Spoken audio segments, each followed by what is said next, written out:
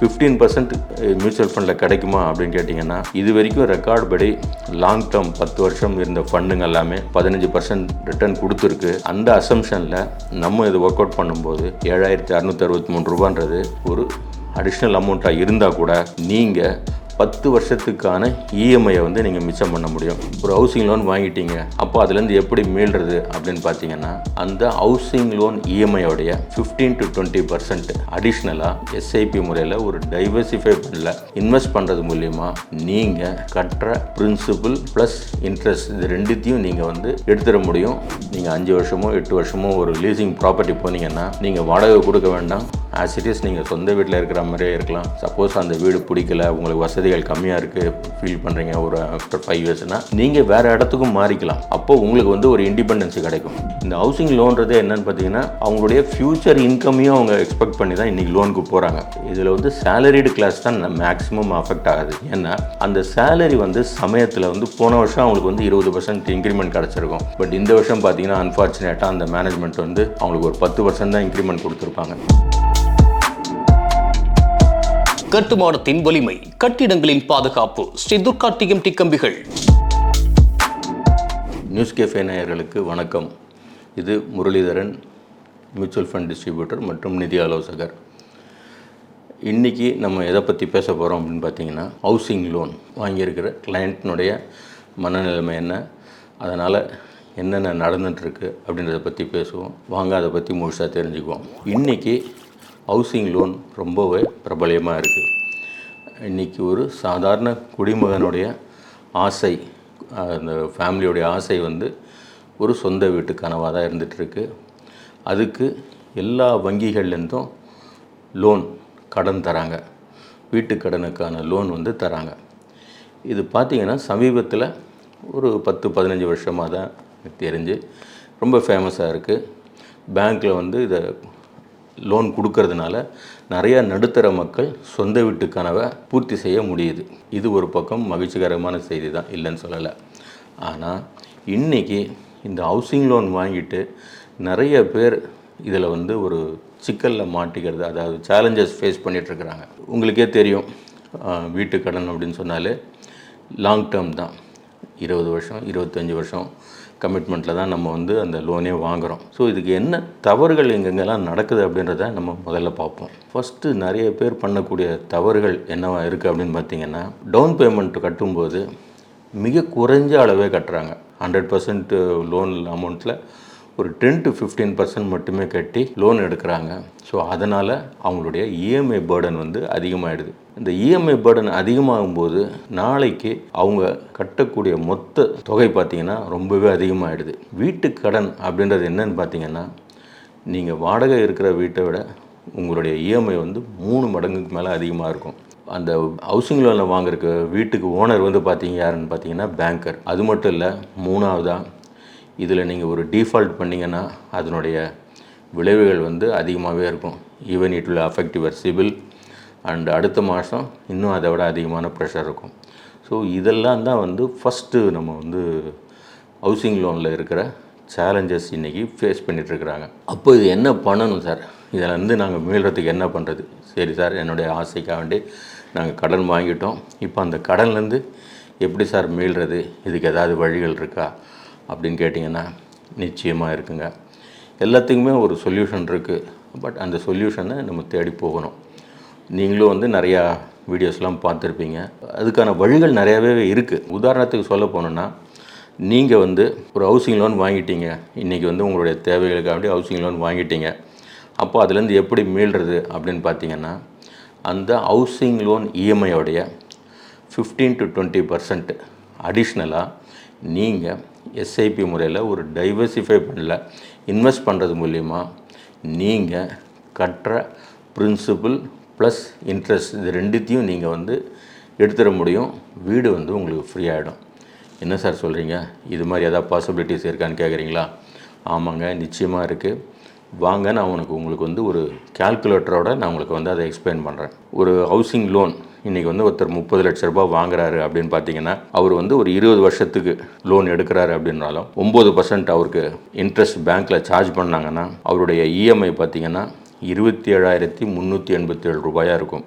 அவர் அடிஷ்னலாக இன்னும் ஒரு 6,366 ரூபா அதே காலகட்டத்துக்கு கட்டிட்டு வந்தாருன்னா 10 வருஷத்தில் அவர் இந்த லோனை வந்து க்ளோஸ் பண்ணிடலாம். அந்த இஎம்ஐயோடைய 23% அடிஷ்னலாக சேவ் பண்ணார்னா 6,366 ரூபா அவர் இந்த லோனை 11வது வருஷத்தில் அவர் க்ளோஸ் பண்ணிடலாம். இது சாத்தியமா சார்? நிச்சயமாக சாத்தியம்தான். ஏன்னா அங்கே வந்து 9% ஃபிக்ஸ்டு இன்ட்ரெஸ்ட், இங்கே நம்ம மேக்ஸிமம் எடுத்துருக்கிறது 18%. ஈவன் நம்ம வந்து இப்போது 15%னே வச்சுக்குவோம், 7,600 ரூபா. 15% மியூச்சுவல் ஃபண்டில் கிடைக்குமா அப்படின்னு கேட்டிங்கன்னா, இது வரைக்கும் ரெக்கார்டு படி லாங் டேர்ம் 10 வருஷம் இருந்த ஃபண்டுங்க எல்லாமே 15% ரிட்டர்ன் கொடுத்துருக்கு. அந்த அசம்ஷனில் நம்ம இது ஒர்க் அவுட் பண்ணும்போது 7,663 ரூபான்றது ஒரு அடிஷ்னல் அமௌண்ட்டாக இருந்தால் கூட நீங்கள் 10 வருஷத்துக்கான இஎம்ஐயை வந்து நீங்கள் மிச்சம் பண்ண முடியும். ரெண்டாவதாக அடிஷ்னல் பெனிஃபிட்டும் இருக்குது. இன்னும் ஒரு 10 வருஷம் நீங்கள் கட்டிட்டு வந்தீங்கன்னா நீங்கள் அந்த வீட்டுக்கான முதலையும் சேர்த்து நீங்கள் எடுத்துடலாம். ஸோ உங்கள் வீடு வந்து ஃப்ரீ ஆகிடும். அப்போ நீங்கள் பண்ண வேண்டியது என்னன்னு பார்த்தீங்கன்னா, இஎம்ஐயோடைய அமௌண்ட் 28% அடிஷ்னலாக சேவ் பண்ணிங்கன்னா நீங்கள் இந்த வீட்டு கடனுக்கான பிரின்சிபல் ப்ளஸ் இன்ட்ரெஸ்ட்டையும் நீங்கள் எடுத்துட முடியும். வீடு ஃப்ரீ. ஆனால் என்ன ஒன்றுன்னா, அதே காலகட்டத்துக்கு இதை நீங்கள் சேமிச்சுட்டு வரணும் மியூச்சுவல் ஃபண்டில். இப்போ நிறைய பேருடைய சந்தேகம் என்னவாக இருக்குன்னா, சார் எங்களால் வந்து அந்த இஎம்ஐயே கட்ட முடியல, அதுதான் சார் எங்களுடைய பிரச்சனை அப்படின்றவங்களுக்கு அதுக்கும் ஒரு சொல்யூஷன் இருக்குது. நீங்கள் என்ன பண்ணணும் அப்படின்னு பார்த்தீங்கன்னா, இந்த 20 வருஷம் லோனை பேங்க் ட்ரான்ஸ்ஃபர் மூலிமா இன்னொரு பேங்க் ட்ரான்ஸ்ஃபர் பண்ணி 20 வருஷன்றதை வந்து 25 வருஷம் அப்படின்ற மாதிரி டேர்ம் எக்ஸ்டெண்ட் பண்ணி கேட்டிங்கன்னா நிச்சயமாக பேங்க்கில் பண்ணி தருவாங்க. அப்போது உங்களுடைய இஎம்ஐ அமௌண்ட்டு குறையும்.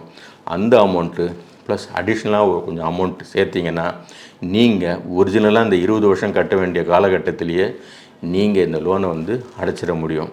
அதனால் ஹவுசிங் லோன் வச்சுருக்கிற ஒவ்வொருத்தரும் நீங்கள் தயவு செஞ்சு உங்களுடைய இஎம்ஐயோடைய 10 to 15% அடிஷ்னலாக ஒரு எஸ்ஐபி டைவர்சிஃபைட் மியூச்சுவல் ஃபண்டில் இன்வெஸ்ட் பண்ணிட்டு வந்தீங்கன்னா நீங்களும் நீங்கள் கட்டின பிரின்சிபல் ப்ளஸ் இன்ட்ரெஸ்ட் ரெண்டுத்தையும் மியூச்சுவல் ஃபண்ட் மூலிமா ரெக்கவர் பண்ண முடியும். இதெல்லாம் முடியல சார், இன்னும் ஒரு பாசிபிலிட்டிஸையும் நான் உங்களுக்கு சொல்லித்தரேங்க. இன்றைக்கி பார்த்தீங்கன்னா எனக்கு ஹவுசிங் லோன் வாங்க முடியல அப்படின்றவங்க நீங்கள் என்ன பண்ணலாம் அப்படின்னு பார்த்தீங்கன்னா, இந்த டவுன் பேமெண்ட்டை you can pay it for a owner and you can take leasing of property. Leasing of property போனீங்கன்னா நீங்கள் 5 வருஷமோ 8 வருஷமோ ஒரு லீசிங் ப்ராப்பர்ட்டி போனீங்கன்னா நீங்கள் வாடகை கொடுக்க வேண்டாம். ஆஸ் இட் இஸ் நீங்கள் சொந்த வீட்டில் இருக்கிற மாதிரியே இருக்கலாம். சப்போஸ் அந்த வீடு பிடிக்கல, உங்களுக்கு வசதிகள் கம்மியாக இருக்குது ஃபீல் பண்ணுறீங்க ஒரு ஆஃப்டர் 5 இயர்ஸ்னால் நீங்கள் வேறு இடத்துக்கும் மாறிக்கலாம். அப்போது உங்களுக்கு வந்து ஒரு இண்டிபெண்டன்ஸு கிடைக்கும். இதுவே நீங்கள் ஒரு ஹவுசிங் லோன் போயிட்டு அந்த இடம் உங்களுக்கு சரியாக வரல, இல்லை நீங்கள் இருக்கிற ஆஃபீஸுக்கு ரொம்ப தூரமாக இருக்குது அப்படின்ற மாதிரிலாம் ஏதாவது ஒரு பிரச்சனைகள் வந்து நீங்கள் ஃபீல் பண்ணி நாளைக்கே உங்களால் அந்த வீடை மாற்ற முடியாமல் போயிடலாம். பட் நீங்கள் ஒரு லீசிங் ஆஃப் ப்ராப்பர்ட்டி போனீங்கன்னா நிச்சயமாக உங்களுக்கு இந்த பிரச்சனைகளுக்கெல்லாம் இந்த சேலஞ்சஸே உங்களுக்கு வராது. அந்த இடம் 5 வருஷம் பிடிக்கல, வேறு இடம் கெட்டதுக்கு மாறிக்கலாம். ஸோ அந்த 5 வருஷத்துல உங்களுடைய இன்கம் லெவலும் இன்க்ரீஸ் ஆகும். ஸோ உங்களுடைய அமௌண்ட்டை வந்து எந்த விதத்துலேயும் பாதிக்காது. இன்னைய டேட்டில் பார்த்திங்கன்னா ஹவுசிங் லோன் வாங்கினவங்க நிறைய சேலஞ்சஸ் எதனால் ஃபேஸ் பண்ணுறாங்க அப்படின்னு பார்த்திங்கன்னா, இந்த ஹவுசிங் லோன்றதே என்னென்னு பார்த்திங்கன்னா அவங்களுடைய ஃப்யூச்சர் இன்கமையும் அவங்க எக்ஸ்பெக்ட் பண்ணி தான் இன்றைக்கி லோனுக்கு போகிறாங்க. இதில் வந்து சேலரிடு கிளாஸ் தான் மேக்ஸிமம் அஃபெக்ட் ஆகுது. ஏன்னா அந்த சேலரி வந்து சமயத்தில் வந்து போன வருஷம் அவங்களுக்கு வந்து 20% இன்க்ரிமெண்ட் கிடச்சிருக்கும். பட் இந்த வருஷம் பார்த்திங்கன்னா அன்ஃபார்ச்சுனேட்டாக அந்த மேனேஜ்மெண்ட் வந்து அவங்களுக்கு ஒரு 10% தான் இன்க்ரிமெண்ட் கொடுத்துருப்பாங்க. ஸோ இந்த மாதிரி ஒரு காலகட்டத்தினாலையும் இல்லைன்னா ஏதோ ஒரு காரணத்தினால ஜாப் லாஸு, இல்லை வந்து ஜாப் ட்ரான்ஸ்ஃபர் ஆகுது, இல்லை ஒரு ஹெல்த் கண்டிஷனால் ஒரு 2-3 மாதம் அவங்க இஎம்ஐ கட்ட முடியாத ஒரு சூழ்நிலை வந்தது அப்படின்னா இஎம்ஐ பயலப்பாயி அவங்க வந்து இன்றைக்கி கஷ்டத்தை ஃபீல் பண்ணுறாங்க. கடன்றது என்னங்க, ஆசைக்காக வேண்டி கடனை வாங்கி பல ஆசைகளை தியாகம் பண்ணது பேர் தான் கடன். அப்போ நம்ம செய்ய வேண்டியது என்னன்னு பார்த்தீங்கன்னா, இந்த வீடு கட்டணும்னு முடிவு பண்ண பிறகு எவ்வளோ மேக்ஸிமம் நம்ம டவுன் பேமெண்ட் இன்க்ரீஸ் பண்ண முடியுமோ அவ்வளோ தூரத்துக்கு இன்க்ரீஸ் பண்ணிவிட்டு நம்மளுடைய இஎம்ஐயை குறைச்சி நம்ம வந்து ஒரு ஹவுசிங் லோன் எடுத்தோம்னா நிச்சயமாக எந்த வித நிதி சிக்கலும் இல்லாமல் நம்ம வந்து குடும்பம் நடத்த முடியும். நம்ம வந்து ஒரு சொந்த வீட்டுக்கு போகிறதே ஒரு ஆனந்தமாக வாழணும் அப்படின்றதுக்கு நம்ம இந்த மாதிரி கடன் வாங்கி ஒரு சேலஞ்சோடு உள்ளே போய் அந்த 20 வருஷம் அந்த வீட்டில் வாழறதுக்கு பதிலாக அதை எப்படி நம்ம அடைக்கணும், என்னென்ன வழிகளில் நம்ம அதை சேஃப்கார்ட் பண்ணலாம் அப்படின்றத தெரிஞ்சு ஒரு ஆனந்தமான வாழ்க்கையை வாழணுங்க. இதுக்கு மேலே இன்னொரு வழியும் இருக்குங்க. சப்போஸ் நீங்கள் இன்றைக்கி கட்ட வேண்டிய வீட்டை இஎம்ஐ கட்டாமல் அந்த இஎம்ஐ அமௌண்ட்டை மியூச்சுவல் ஃபண்ட்ஸில் 5 to 6 இயர்ஸ், மேக்ஸிமம் 6 இயர்ஸ் நீங்கள் சேவ் பண்ணிங்கன்னா 7th இயர்லேருந்து எஸ்டபிள்யூபி முறையில் நீங்கள் மாதம் இந்த தொகையை இதிலேருந்து எடுத்து உங்களுடைய கனவு இல்லத்தை ஒரு கடன் இல்லாமல் கட்ட முடியும். அதற்கான வழிகளும் இருக்குது. அதை பற்றி நம்ம அடுத்த வீடியோவில் பார்க்கலாம். ஸோ இந்த வீடியோவில் நீங்கள் இந்த வீட்டு கடன்லேருந்து எப்படி மீள்றது, அதனால் நம்ம என்னென்ன துன்பங்கள் அனுபவிக்கின்றதை பார்த்தோம். ஸோ இதெல்லாம் நீங்கள் இந்த சொன்ன வழிமுறைகளை நீங்கள் பின்பற்றினாலே போதும், நீங்கள் ஒரு ஹவுசிங் லோனில் இருக்கிற நிதி சிக்கல்கள்லேருந்து நீங்கள் மீண்டு ஒரு ஆனந்தமான வாழ முடியும். மீண்டும் ஒரு நிகழ்ச்சியில் சந்திப்போம். நன்றி, வணக்கம். இந்த வீடியோ உங்களுக்கு பிடிச்சிருந்தா லைக் பண்ணுங்க, ஷேர் பண்ணுங்க, கமெண்ட் பண்ணுங்க. மறக்காம பெல் பட்டனை கிளிக் பண்ணிட்டு சப்ஸ்கிரைப் பண்ணிடுங்க.